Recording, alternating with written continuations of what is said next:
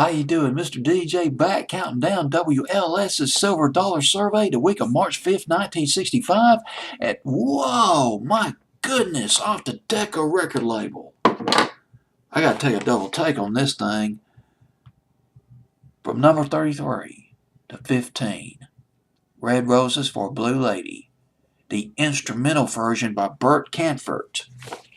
Now, I've already played the other version by Wayne Newton.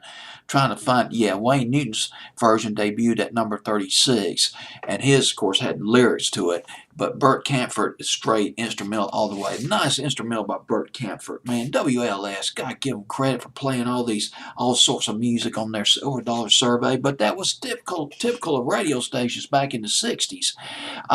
Boris Kaempfert, he's from Hamburg. He is from Hamburg, Germany. And he had his own big band for a while, traveled around with this big band. He got into arranging and producing, and you're not going to believe what I'm going to tell you, unless you're a music historian. Boris Kaempfert produced the first Beatles session.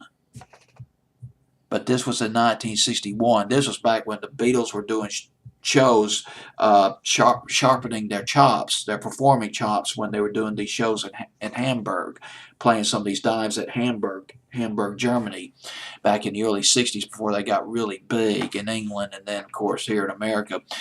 What happened was Bert Kaempfert, rather, wanted the Beatles to back up Tony Sheridan, a guy named Tony Sheridan, on an album called My Bonnie.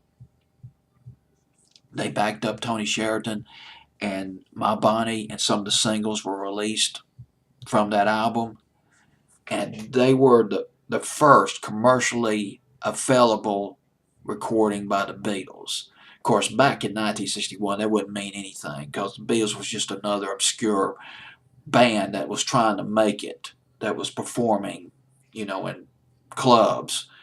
But now, I'm sure these are probably collector's items now. Anyway, Boris Kaempfert and his orchestra, they came out with Wonderland by Night.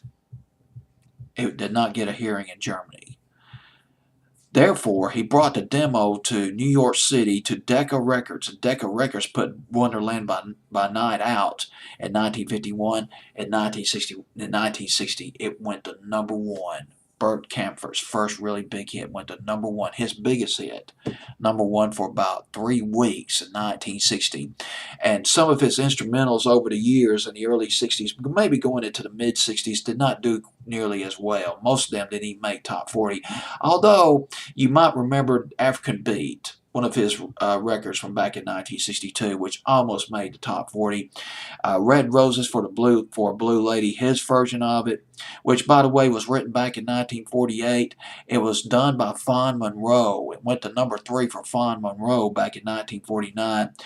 Bert Kaempfert's version went to number 11 on Billboard's Hot 100. It is up to number 15 on WLS's playlist. Bert Kaempfert, Red Roses for a Blue Lady.